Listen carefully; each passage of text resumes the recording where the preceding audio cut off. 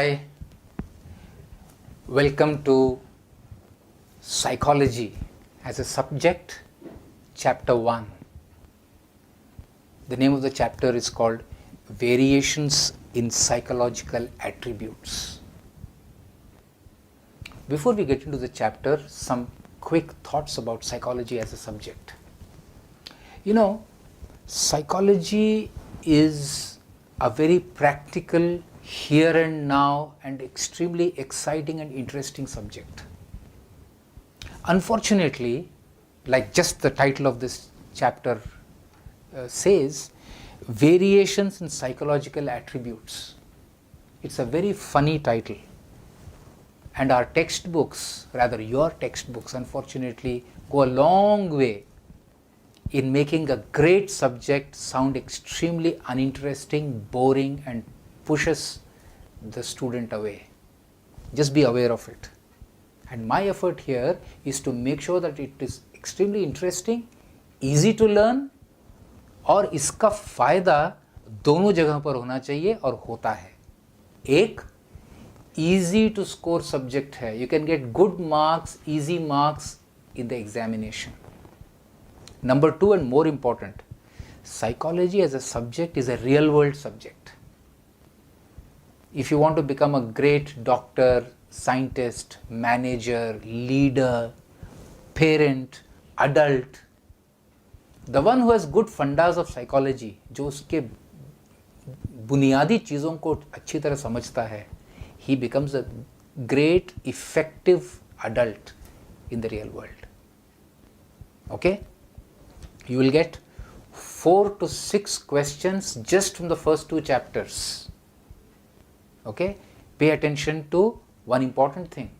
The names, कौन सा theory किस psychologist ने किया, और definitions.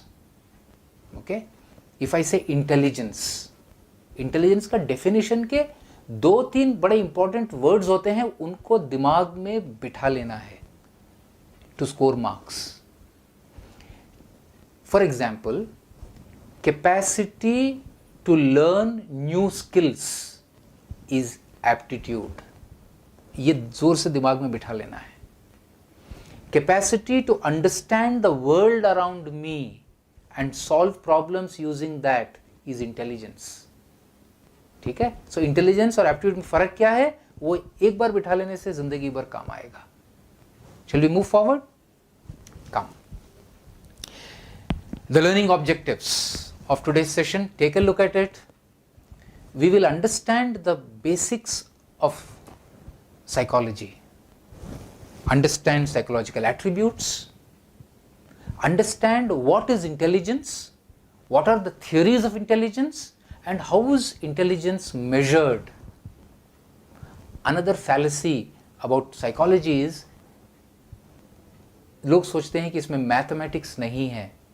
मैथमेटिक्स इंटीग्रेशन डिफरेंशिएशन तो नहीं है, लेकिन नंबर्स बड़े इंपॉर्टेंट हैं. क्योंकि how do you translate a very esoteric, thin in the air subject called psychology and make it measurable? That we will learn in this chapter.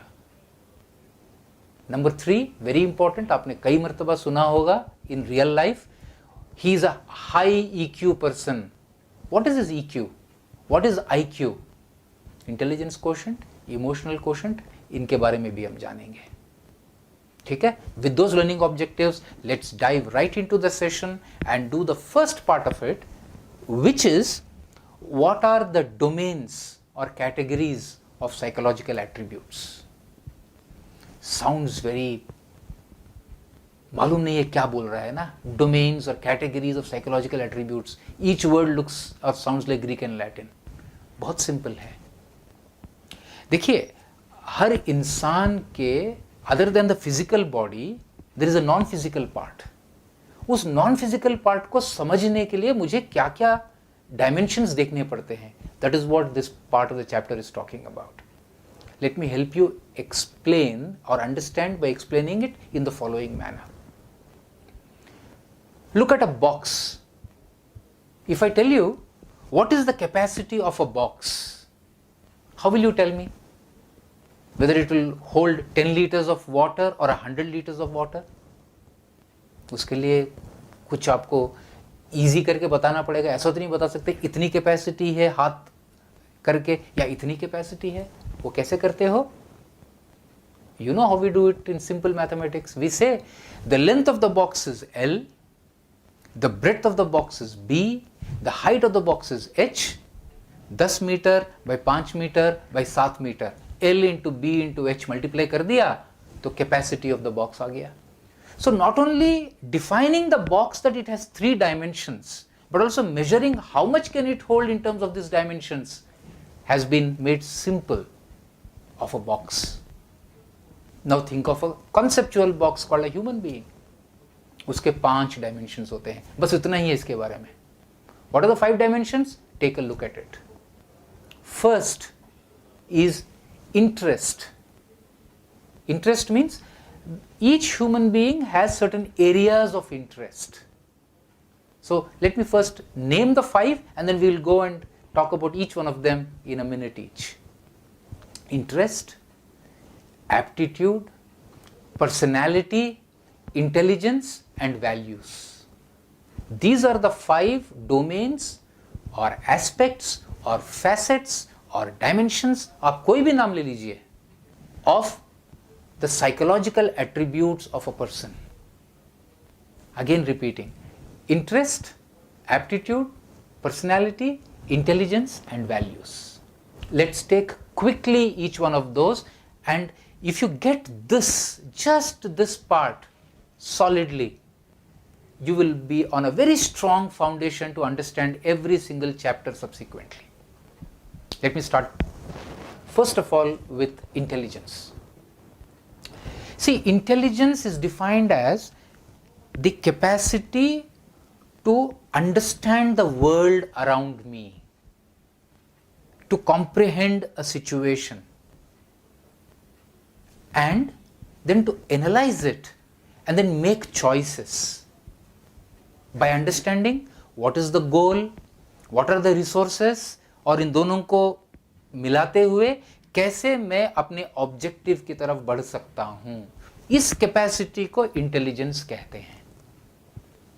This chapter is a lot about intelligence, so I'll come back to it, but at the definition level, this is what you must know. Capacity to comprehend the world around me is intelligence. Okay, let's move forward and say, then what is aptitude? Aptitude is the capacity to learn new skills to execute a problem. आप में क्षमता है कि नहीं नई चीजें सीखने का जिससे आप कोई काम कर सकते हैं. जैसे if you have high aptitude for mathematics, then if I am a teacher, I find that it is easy for me to teach you mathematics compared to another student who might have a high aptitude in verbal ability. वो English, Hindi, languages, communication शायद वो जल्दी सीख लेंगी, लेकिन आप शायद mathematical को जल्दी सीख लेंगे. So every single job needs certain kind of skills. That capacity is called aptitude. Number 3 is interest. Interest is your propensity or your keenness to be involved in a certain kind of activity. As you know, some of you might be very interested in anything which is outdoor. और आपको मैं computer के सामने बिठा दूं तो आप पगला जाओगे. You say I want to become a... So careers also have a linkages to these psychological attributes. We'll come to it a little later. Whereas, think of somebody who's extremely interested in computer games or programming or painting or anything like that. That person will engage a lot more time in doing this, and if you force a person to go out and play soccer, he will not be in his comfort zone. That is the 3rd dimension of interest. 4th is personality. What is personality? Personality is what I see a person behaving consistently over a period of time in a given situation. Okay, so personality is an external or outward manifestation seen in behavior. For example, you say that that person has a very cheerful personality. That person is very social in his personality, which means the disposition is very cheerful, or he feels comfortable or she feels comfortable going and interacting with people rather than sitting alone and doing an intrapersonal work. I'll come to that later. Personality के भी अलग-अलग parts हैं. But this is something that you must understand. The enduring characteristic of a person which is evidenced in behavior is personality. Lastly, values. Values are beliefs seen in action. For example, Gandhi ji, he would go to jail, he would allow the Britishers to punish him, he will do anything, but he will not lift his hand and beat the adversary or even the enemy. What is the value that he personifies? It is ahimsa or non-violence. Take another example. We've heard of story from our ancient Hindu literature, scriptures. Raja Harishchandra never told a lie. So his value was of speaking the truth. But जरूरी नहीं है कि values को आप morals के साथ confuse करें. नहीं. For example, A.R. Rahman is almost like music personified. Even if you were to give him $100 million and say तुम cricketer बन जाओ, शायद वो नहीं बनता. या सचिन को विराट को कहो आप मैनेजर बन जाओ, वो नहीं बनते. Which means values के भी 2-3 levels हैं. We will cover that. Something which is so deeply embedded in you is called a cardinal value. उसको बंदा violate ही नहीं करता है. लेकिन कुछ values ऐसे हो सकते हैं which are central, very important, but if you put a knife to my throat, I will compromise on it. And some values are associated values. No, I don't like to be violent, but if I get into a metro and somebody is going to come and rob me, then I'm going to use whatever it is to save myself. Which means I'm associated with that value, but it is not central, it is not cardinal. Make sense? Pause here. After we finish this video, you must go back and study it. And I always assume that you will read the chapter, come here, watch the video, go back and read the chapter again.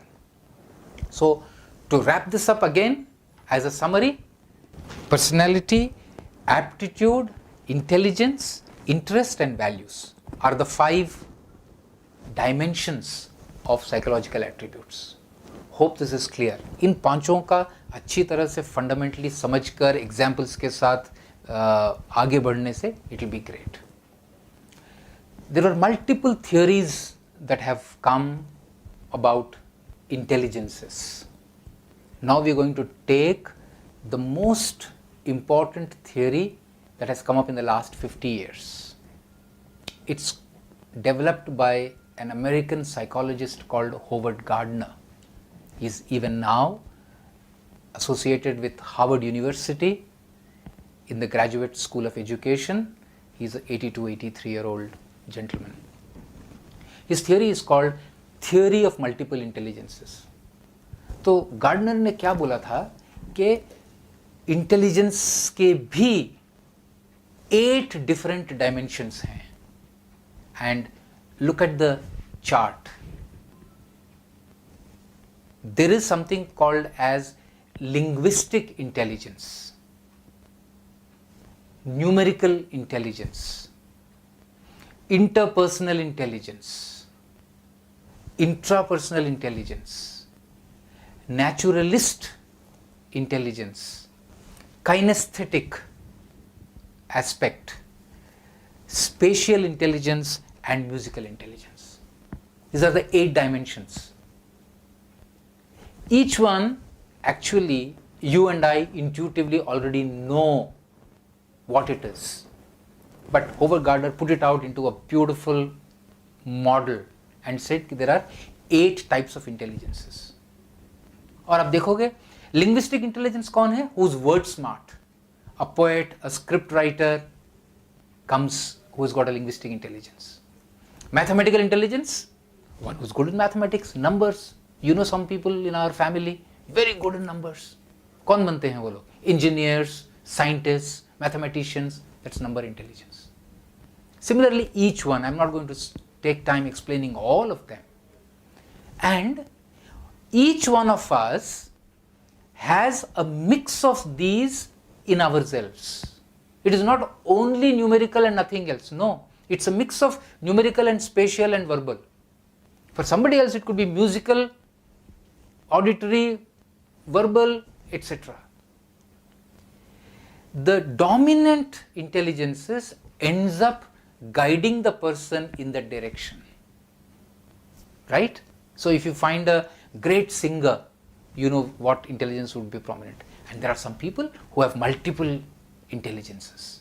Some of us, we have just a couple of them very dominant. So pay attention to this, look at it very, very closely. It's a very important theory. In trying to be brief and just give you the concept, I'm leaving it at this.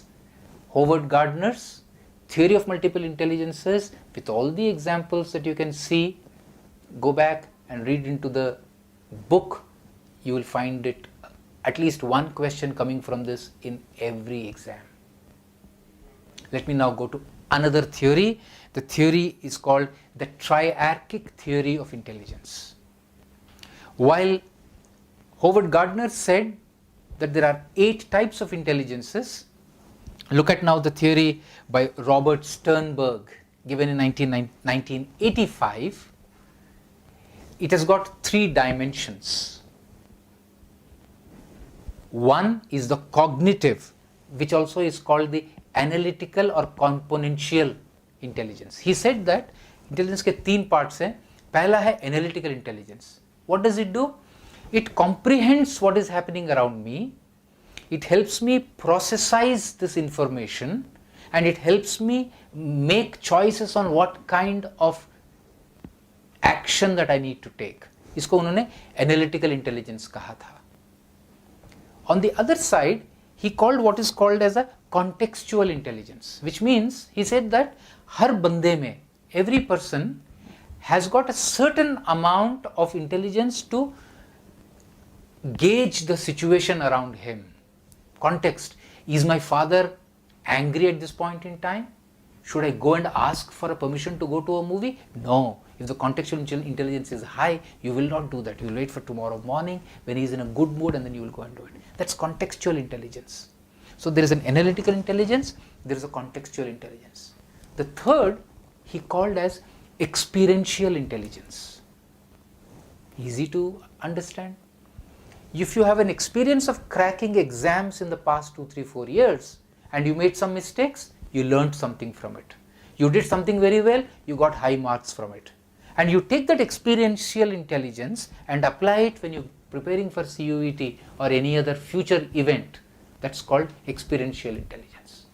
So, componential, experiential, contextual. So, Sternberg said that these are the 3 ways in which intelligence can be broken down, and a mix of these goes on to show how intelligent any person is in his life, and there were ways in which measurement of intelligence was done. We'll come to it later.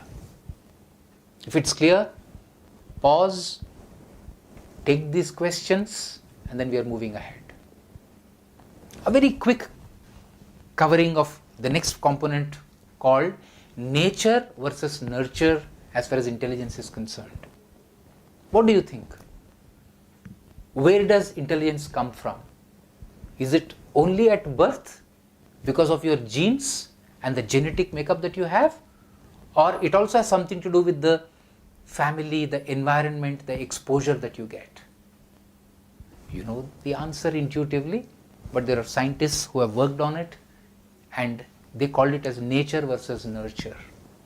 And I'm going to point out only one specific thing to you, and if you look at the table you will see. The way this was done is by studying identical twins or even the non-identical fraternal twins growing up.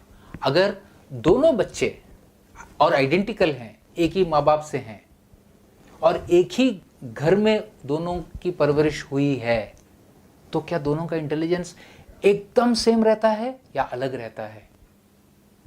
Interesting topic, na? This study was done over a long period of time. And what they found was that the correlation was 0.9.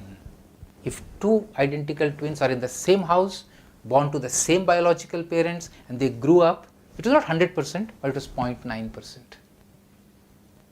Look at the table. If the same twins, identical, at birth if they were separated, and let's say a Chachaji took him away, and then that child grew up in another city, another country, another home, another context, then the matching was 0.72. Then non-identical twins, look at the number. Then just the siblings in the same family, siblings who grew apart, look at the numbers. Very interesting. What it goes on to say is that both nature and nurture have a very important bearing in the psychological attributes that we see when a newborn grows into an adult. It is not just nature or not just nurture. Both are important. There is an interplay that happens between the two. Keep a good eye on these numbers. Question could be asked. Identical twins grown apart, what was the correlation that was found? You'll have to say 0.72. Okay? Let's move to something very interesting. Very interesting. We use it every day. It is used as a strong measure of recruitments and rating of people and so on all over the world. This is a place where you can get a good understanding of it.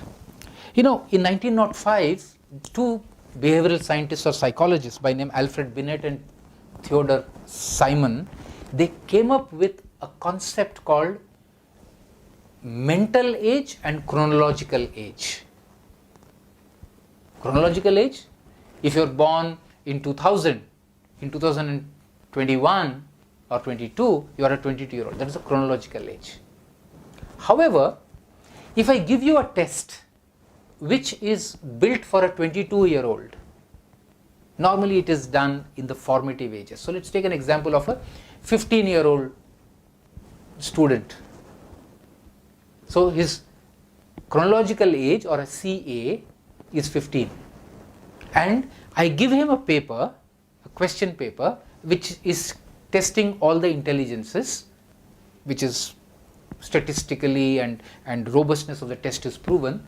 वो मैंने आपको दिया और आपने लिया. And if your score is better than a 15-year-old, let's say your score is equal to what a 17-year-old would score, then your chronological age is 15, but your intelligence is that of a 17-year-old. इस ratio को intelligence quotient कहते हैं. बस इतना ही बात है. IQ आपने बहुत मर्तबा सुना होगा.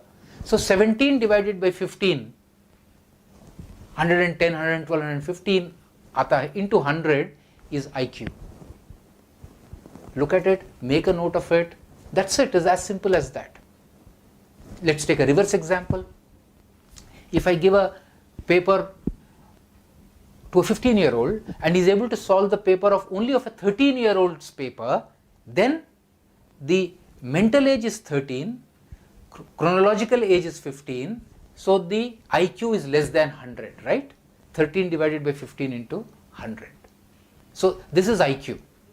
And आपने कई मर्तबा सुना होगा, oh, such and such persons, Elon Musk's IQ is 160. What does it mean? When he was a 13-year-old, he was solving problems of a 17, 18-year-old. That's why he is a high IQ person. And as he went down his life, a lot of things that he did is of that kind. Remember, IQ simple, mental age divided by chronological age into 100. That's it. कोई complication नहीं है. Questions इसमें से ज़रूर आते हैं. Now let's move to a very important part. What is the definition and concept of intelligence in the Indian tradition? Lot of things in India, what is known to us because of ancient scriptures, society, knowledge, wisdom, we kind of undervalue them because the Western concepts which have grown in the last 100, 150, 200 years, they have kind of हमारे ऊपर हावी रहे हैं. But Let's quickly cover the Indian concept of intelligence. What is the word that comes to your mind? Intelligence. क्या use करते हैं हम हिंदी में, संस्कृत में और variety of Indian languages? It is the same word that we use called बुद्धि. कहते हैं ना वो बड़ा बुद्धिवान है या वो बड़ा बुद्धिहीन है. Is very intelligent or is not so intelligent. The Western concepts, they said, they linked most of the intelligence only to the cognitive part. सिर्फ दिमाग से किया. लेकिन बुद्धि is not just दिमाग. बुद्धि में 4 dimensions है. Again, take a look at the picture. Of course, one is cognitive, which is understanding the context, understanding the situation, processing it in your head and taking a decision. That is there. But the Indian understanding of intelligence or buddhi said there are 3 more very important things. The second one they said was the social intelligence. कहते हैं ना कि बड़ों के सामने पैर के ऊपर पैर लेकर बैठने से क्या बोलते हैं मम्मी या पापा? यार पैर नीचे रखो. करते हैं कि नहीं करते हैं? किसी के घर में जाते हैं तो कई घरों पर या मंदिर में चप्पल बाहर छोड़ के जाते हैं. इसको कौन सा इंटेलिजेंस है? This is called social intelligence, which means you must know that this is the behavior that has to be done with elders. This is the behavior that has to be done with women. This is the behavior that has to be done in the morning. This is what you must do in the night. This is very important part, which is called as social intelligence. 3, emotional intelligence. Okay, Western school of intelligences have just very recently began to talk about EQ. IQ के साथ उन्होंने EQ को अभी करना शुरू किया, but the Indian part has been there for thousands of years. What is an emotional intelligence? Do I understand the emotional location of myself when I take a decision? So, should I take a very important decision when I am emotionally disturbed? Or, if I have to tell something to someone, do I know how he will take it? How should I communicate so that he takes it well? This is an important part of emotional intelligence. Also, is there a self-regulation in it for me? I feel like grabbing a bottle of water and drinking it. I see a shop. Would I go and grab it and drink? No. There is a self-regulation that is there, which is emotional संयम है. मुझे उसकी permission लेनी पड़ेगी, उनको पैसे देने पड़ेंगे, खरीदना पड़ेगा, तभी पीऊंगा.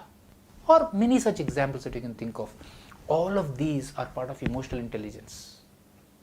Lastly, which no theory ever has talked about, but Indian system talks about it, is called entrepreneurial intelligence, which means कर्म की बात जो होती है ना, वो है. Is the person goal directed? Does he know his duty? Dharma is duty. Is he motivated enough to work towards it? So perseverance is part of entrepreneurial intelligence. Hard work is a part of entrepreneurial intelligence. Goal clarity is a part of entrepreneurial intelligence. These 4, cognitive, social, emotional and entrepreneurial. Very important part. Questions आ सकते हैं. ध्यान से पढ़ना और जहन में भी उतारना. It is very important for your own personal growth. Last, again going back to the Western part, emotional intelligence का concept recently उन्होंने introduce किया है. Now if you go to many companies, when they are recruiting you into a college or a university or many places, they use these. So when they make you go through a group discussion, they are not only looking at your intellectual quotient, they are also looking at your emotional quotient. How is the person talking to other person?